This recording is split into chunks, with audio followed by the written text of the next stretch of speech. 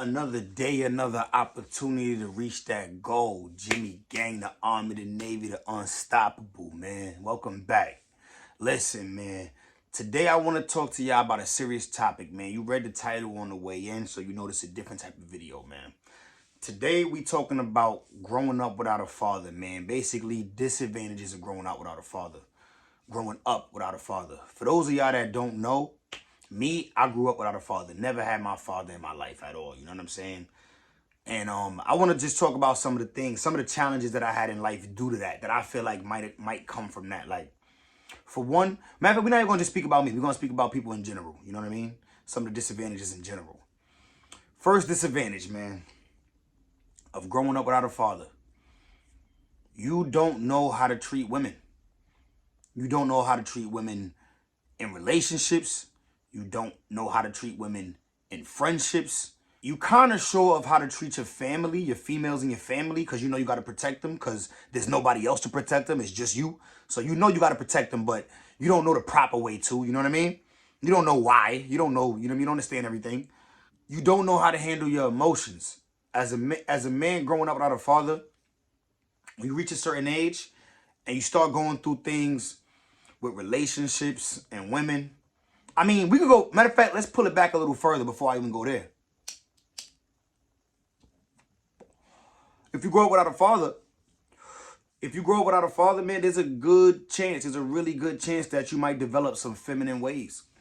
If you only raised by your mom, or let's say you raised by your mom and sisters, a lot of things about you might just be a little bit more sensitive or emotional or feminine, just because all of the role models that you have in your house or that you have around you are women and they move like women. They're not being conscious that you a man and everything that they do around you, you learning, you picking up stuff from them. You know what I mean? So that like feminine stuff could possibly start early in the home. You know what I'm saying? You know how you see a lot of boys out here that's real feminine. You know what I'm saying? Even though they adult grown men, they feminine. They got a lot of feminine ways. A lot of that I feel like come from being raised by a woman and not having no male figure in your house. That luckily that didn't affect me. You know what I'm saying? I had other male figures. I had brothers. You know what I'm saying? I had my brothers in the streets, my bros in the hood. You know what I'm saying? I had my older brother. You know what I'm saying? I had things to let me know how men act, at least. You know what I'm saying?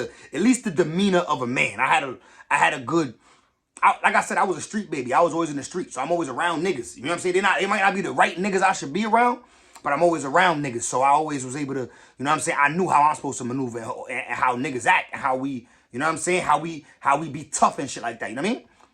Another thing, growing up without a father, we're gonna get into it though. Like, your relationship with women, how you handle situations with females, how you love your girl, how you handle your anger around your girl. Like, all of these things are things that if you had a father, he would directly tell you. Like, you wouldn't have to search for this information. You wouldn't have to seek this information out of the 50 men that you know, but none of them are really a good role model, but they people you know, so you just take a little bit of everything from everybody. You know what I mean? You wouldn't have to do this if you had a male role model in the house to like guide you, teach you, show you while you're going through these things. Imagine if you 11, 12 years old, you get your first girlfriend and you have a talk with your dad about your first girlfriend. He's able to go and arm you with information, arm you with knowledge on stuff he's been through, and situations that could happen, the things that females might do, the way that females might hurt you, the way you should treat a girl, the way you might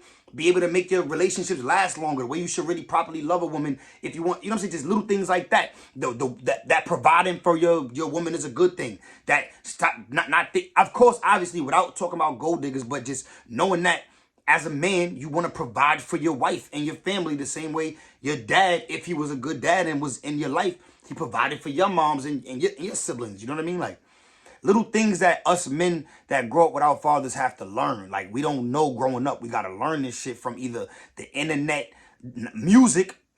Believe it or not, bro, rap music taught me most of what I know about life. Like, rap music taught me most of what I know about life. That's a fact, bro.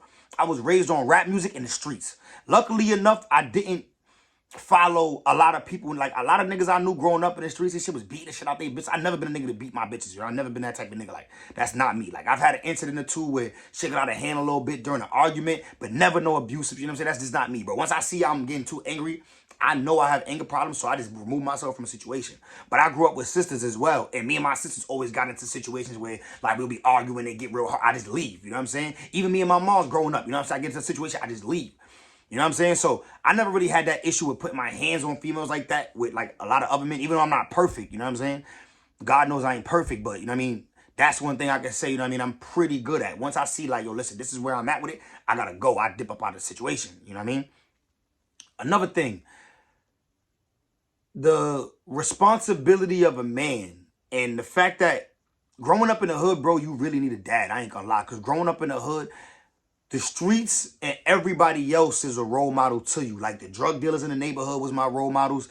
The gangbangers in the hood, the big homies in the hood was my role models. You know what I'm saying? They was what I thought I wanted to be like. They was what I thought I wanted to be. You know what I'm saying? Like I started smoking weed, my nigga, because, like, even though I probably was going to smoke weed regardless, but I started smoking weed because the niggas in front of my building, bro, like, they used to always be the big homies, the older homies in front of the building who was just older and I looked up to, you could say. They was always smoking weed in front of the building, always smoking weed in the building. I would smell it. I would see it. I'd be like, it just became like some shit that I just wanted to do. I just wanted to know what it was about. Like, yo, what's that good shit I always smell? You know what I'm saying? What's so like, why niggas never let me smoke? Like, why niggas always saying I'm too young for this?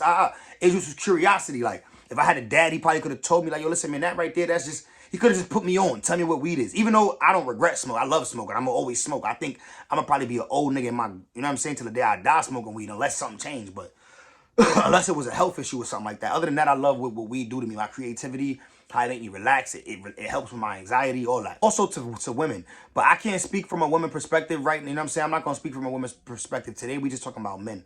Growing up without a father for men. It's just a lot of those things, man. You know what I mean? That men grow up with. You know what I'm saying? That I feel like, I just feel like, bro, it's a lot of shit I could have did better. Or I would have not got wrong the first time. Or I would have, like, I feel like I would have been at a better mental place in my life early on in life if I had a father to guide me in the right direction. Because all I ever really needed was some guidance, bro. I just was being guided in the wrong direction most of my life. And that's why I did a lot of fuck-ups. That's why I fucked up a lot. I mean, thankfully, thank God, you know what I'm saying? I never had to, like, you know what I mean, go do no real jail time, do no crazy bids, no years on years. You know what I'm saying? Thank God for that. And I'm fortunate in that aspect. Thank God, you know what I'm saying, my mom's wasn't a drug addict. Thank God my mom's didn't smoke crack and, you know what I'm saying, have us even worse off than we was just being in a single family household. And then for me, my little bit of relationship that I did have with my father was not good. You know what I'm saying? Like, the nigga was always like mad aggressive and abusive whenever I was around him and shit. You know what I'm saying? Like, nigga went to jail. He went to jail, came home from jail, never really tried to, like, find us, never really tried to, like, have no relationship. Always used to tell us, like, yo, I'm coming when I'm not coming. He used to be like leave us waiting, thinking he coming to pick us up. You know what I'm saying? Like, just shit like that. You know what I mean? It was a point when nigga got on drugs and we had to witness that shit.